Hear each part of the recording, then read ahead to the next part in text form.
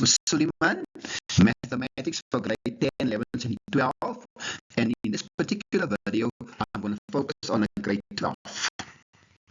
Welcome to Mathematics with Suleiman. In this particular video, I'm going to look at the grade 12 only calculus functions. You know, the sketching of those cubic graphs.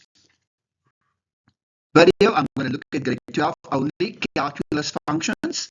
So the examples I've chosen will assist you greatly in doing calculus functions. Graphical applications of calculus. A central principle of calculus is that at any point where x equals to a on the graph of a function f, the gradient of the f at x equals to a is the same as the gradient of the tangent to f at x equals to a. So in other words, the gradient m1 is the same as the derivative at a. So that we must always remember. Now let's look at increasing and decreasing functions. If you look at the first graph, that is an increasing function. A function is strictly increased over an interval a to b if the derivative is greater than 0. So that means the derivative must be positive, then the graph will be in a, as we also call it, northwesterly direction. No, northeasterly direction, I mean. The gradient of tangent to f at any point in this interval will be positive since the tangent line slopes to the right. A function which is strictly decreasing, that means it is in an opposite direction than the previous one. Look at the second sketch. That is what we call northwesterly direction, or in this case, the derivative must be less than 0. In other words, the derivative must be negative, and if derivative is negative, that means gradient is negative. Right, so make sure that you can understand that. Stationary points. Now, at any stationary point on the graph f, the gradient is 0. That's very important. If x equals to p in our sketch is a stationary point, then the derivative at p is 0. Since the gradient of the tangent line at x equals to p is 0, the line is horizontal. At a stationary point, the function neither increase nor decrease. Turning points are stationary points, such at a turning point where the derivative, the f of x, is equal to 0. Now let's first look at a parabola with a maximum turning point.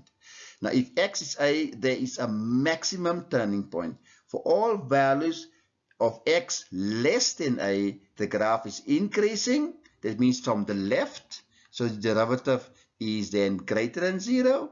Then for all values of x greater than a, the graph is increasing and is decreasing where the gradient of the derivative is negative. So you can see how the graph moves from a positive gradient into 0 into a negative gradient. Now a graph with a minimum turning point, look at the second sketch, it is the other way around.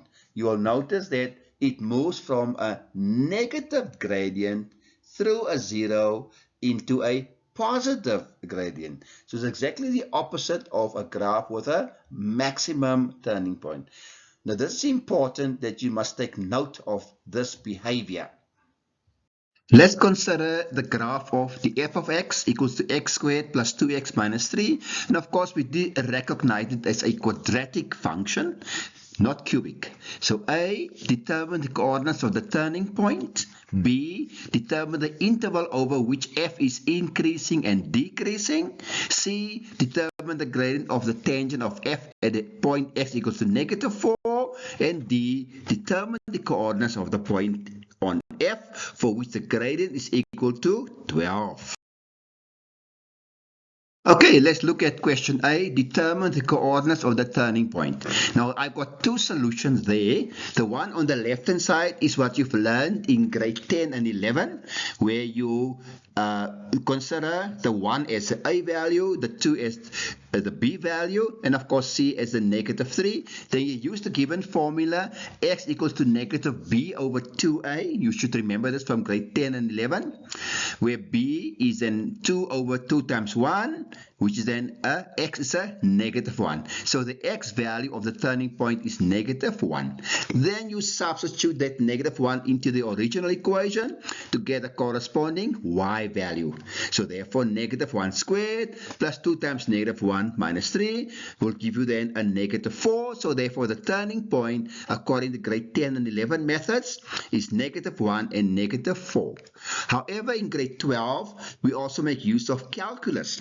So the solution on the right hand side is we use the function and we differentiate the function. So x squared plus 2x minus 3 becomes then 2x plus 2, and of course at the turning point you'll remember the derivative is 0, so therefore you let 2x plus 2 be equal to 0, and then you get your x value, which is -1.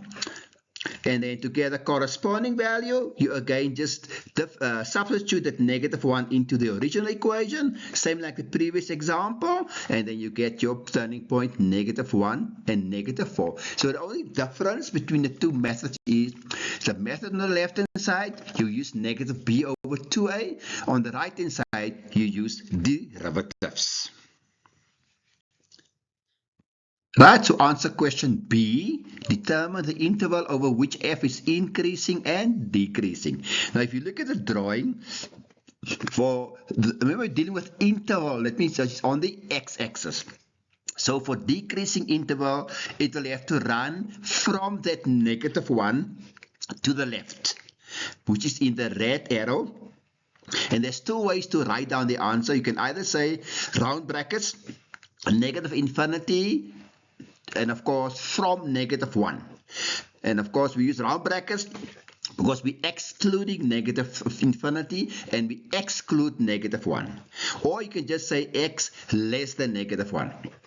Increasing function will be to the right, the blue arrow, and here again we can say round brackets start at -1 and goes towards positive infinity, again round brackets because we exclude both, or we can just say x greater than -1. Let's look at question C. Determine the gradient of the tangent to f at x equals to -4. So the function is x squared plus 2x minus 3, but you must remember that gradient of a tangent is the derivative. So therefore I must differentiate x squared plus 2x minus 3, and that should give you 2x plus 2. Then of course at the point x equals to -4, then m will be 2 times -4 plus 2, which of course is -6. Now question D is just the opposite. Now they give you the gradient and you must find the coordinates. So determine the coordinates of the point on f for which the gradient is equal to 12. Again, you take the formula, the f of s equals to x squared plus 2x minus 3.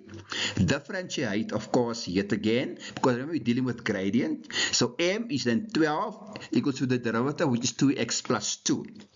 Right, so we have 12 equals to 2x plus 2. Then, of course, take the 2 over and you get 10 equals to 2x. And then divide by 2 and you get x equals to 5.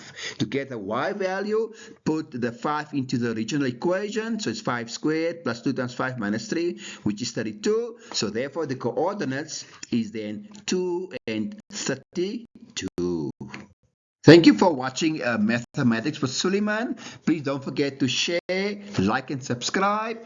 Remember, subscription is free, and with your subscription, it can help me and encourage me to do more videos.